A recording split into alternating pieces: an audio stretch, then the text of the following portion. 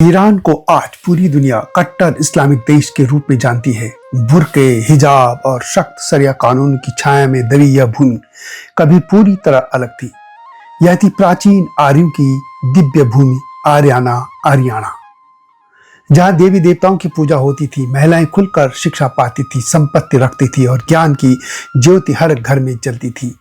इन देवी देवताओं में सबसे लोकप्रिय और शक्तिशाली देवी थी अनाहिता। जल, उर्वरता, स्वास्थ्य, ज्ञान और नारी शक्ति की देवी अनाहिता भारत की देवी सरस्वती से काफी मिलती जुलती थी। दोनों ही पवित्र जल और विद्या की प्रतीक मानी जाती थी। अवस्था में उनकी महिमा गाई गई और उनके भव्य मंदिर पूरे ईरान में चमकते थे। आज मैं उसी भूले बिसरे गौरवशाली अतीत को खोलूंगा और जानूंगा अनाहिता देवी की पूरी कहानी। प्राचीन ईरान की अन्य देवियों देवताओं के बारे में भी मैं आपको बताऊंगा और यह कि वह कैसे एक स्वर्ग से नर्क में यह क्षेत्र बदल गया।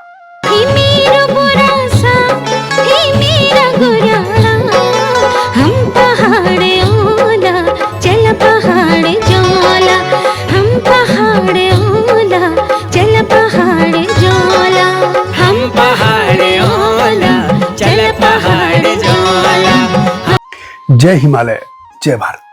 संसार भर में हिमालय लोग यूट्यूब चैनल देख रहे आप सभी का स्वागत है और मैं हूं भारत की राजधानी नई दिल्ली से डॉक्टर हरीश चंद्र लखेड़ा।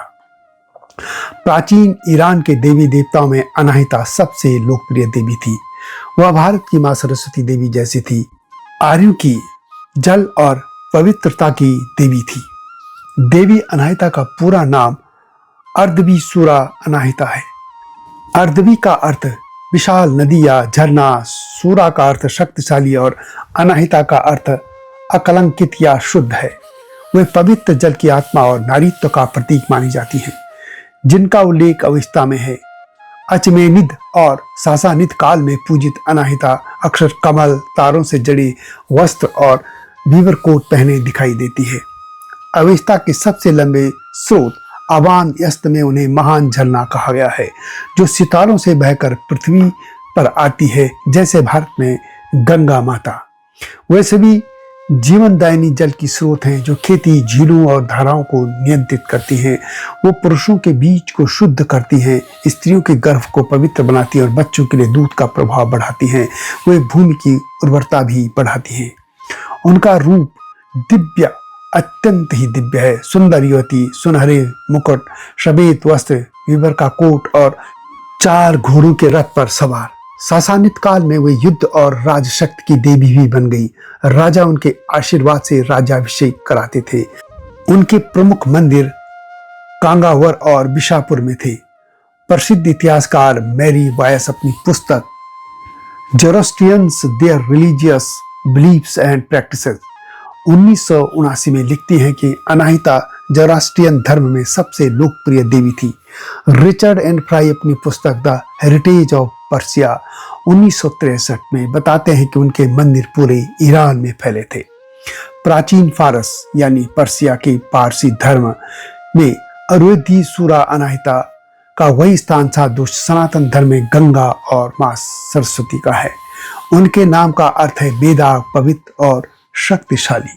यदि आप गहराई से देखेंगे तो एक दिलचस्प बात आपको दिखेगी। देवी अनाहिता और सनातन धर्म की देवी सरस्वती में गहरी समानता है।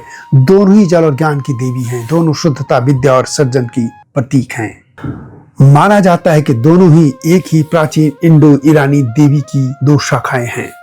जहां भारत में यह देवी सरस्वती बन गई, वहीं ईरान में वे अर्दवी सूरा अनाहिता बन गई थी। प्राचीन काल में भारत और ईरानी एक ही आर्य परिवार का हिस्सा थे।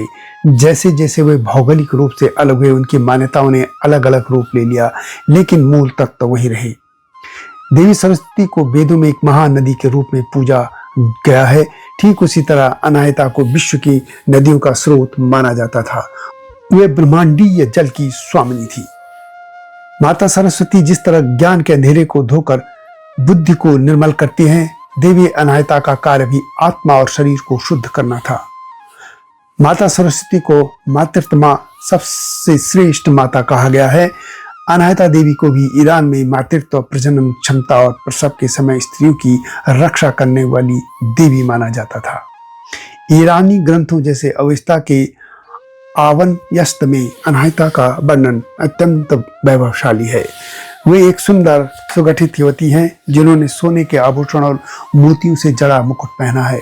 वे 4 घोड़ों के रथ पर सवार हैं जो हवा, बारिश, बादल और ओस की प्रतीक हैं। उनके हाथों में अक्सर टहनी बरसम होती है जो प्रकृति के साथ उनके जुड़ाव को दर्शाती है। देवी अनाहता के अलावा प्राचीन ईरान में अन्य शक्तिशाली देवियां भी थी। सबसे प्रमुख थी स्पेंता और मैती जो पृथ्वी, समर्पण, शांति और कृषि की देवी थी, जिन्हें अहराम मजदा की पुत्री माना जाता है। हर्बतात पूर्ण स्वास्थ्य और समृद्धि की देवी थी और इसी तरह आशी अच्छे कर्मों का फल देने वाली देवी थी, जबकि अमीरतात अमरता और पौधों की देवी थी। ये सभी हमेशा स्पेंता का हिस्सा हैं और जीवन के अलग अलग पहलुओं की रक्षा करती थी। प्राचीन ईरान के प्रमुख देवता अहराम मजदा हैं, सृष्टि के रचयिता, प्रकाश, सत्य और अच्छाई के स्वामी। उनके 6 प्रमुख सहायक हैं।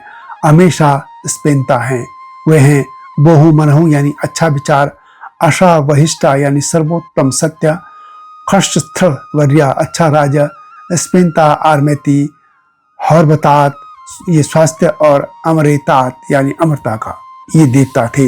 इनके अलावा प्रमुख देवता भी थे मित्र यानी सूर्य, सत्य और मित्रता के देवता, वृत्रघ्न विजय और शक्ति के देवता, और श्रोष जो कि आज्ञाकारिता और प्रार्थना के देवता माने जाते हैं। सबसे प्रसिद्ध प्रतीक थे फराबहर जो हर व्यक्ति के रक्षक, आत्मा और अच्छे विचार, वचन, कर्म का प्रतीक हैं। ये सभी अच्छाई की शक्तियां हैं जो बुराई के विरुद्ध संघर्ष करती हैं। आर्याना यानी ईरान कभी वेदों की सुगंध से महकता था। जिस भूमि पर शरिया कानून और हिजाब की चर्चा होती है वहां कभी एरयानम या बजो यानी आर्यों का विस्तार वह भूमि कहलाती थी। यह समानता भी आपको दिखे कि संस्कृत और प्राचीन फारसी यानी अवेस्तन भाषा में इतनी समानता है कि एक संस्कृत विद्वान और अवेस्ता के मंत्रों को आसानी से समझ सकता है। अग्नि पूजा सभी जगह थी। भारत में यज्ञ और ईरान में आतिश यानी अग्नि की वेदी दोनों ही संस्कृतियों के केंद्र में थे। नैतिक मूल्य, आशा, ऋत यानी ब्रह्मांडीय व्यवस्था को सिद्धांत दोनों ही सभ्यताओं का मूल आधार था। 7वीं शताब्दी में इस्लामिक आक्रमणों के बाद ईरान की प्राचीन वैदिक पारसी संस्कृति को भारी धक्का लगा। भव्य मंदिर, अतास्तेय और अनाहिता की प्रतिमाएं नष्ट कर दी गई। जो लोग अपनी प्राचीन जड़ों को बचाना चाहते थे वे भारत आ गए और भारत में आज वही पारसी समाज है, और जो वहां रह गए उनकी पहचान धीरे धीरे बदल गई, धर्म बदल गया, संस्कृति नष्ट हो गई। ईरान समेत मध्य एशिया में आज भी अनाहिता नाम की लड़कियां पाई जाती हैं। अनाहिता आज भी पारसी समुदाय और ईरानी संस्कृति में पूजी जाती हैं। वे हमें याद दिलाते हैं कि प्राचीन आर्य सभ्यता कितनी समृद्ध, उदार और महिलाओं का सम्मान करने वाली थी। ये वीडियो कैसी लगी कमेंट बॉक्स में अवश्य लिखिए। वीडियो अच्छी लगे तो लाइक भी कीजिए, शेयर भी कीजिए और चैनल को सब्सक्राइब करना न भूलना। और कमेंट में अवश्य बताइएगा कि आपको अनाहिता सबसे ज्यादा आकर्षक देवी लगी या कोई और अन्य देवी देवता। जल्दी आऊंगा नई गाथा के साथ, तब तक जय हिमालय, जय भारत। हिमालय पे पेड़ हो तो गीत गाएंगी नदियाँ, गीत गाएंगी नदियाँ। पेड़ों पे चिड़िया है तो गीत गाएंगी नदियाँ, पेड़ों पे चिड़िया है तो गीत गाएंगी नदियाँ। माँ की लोरी जैसे होते हैं नदियों के गीत।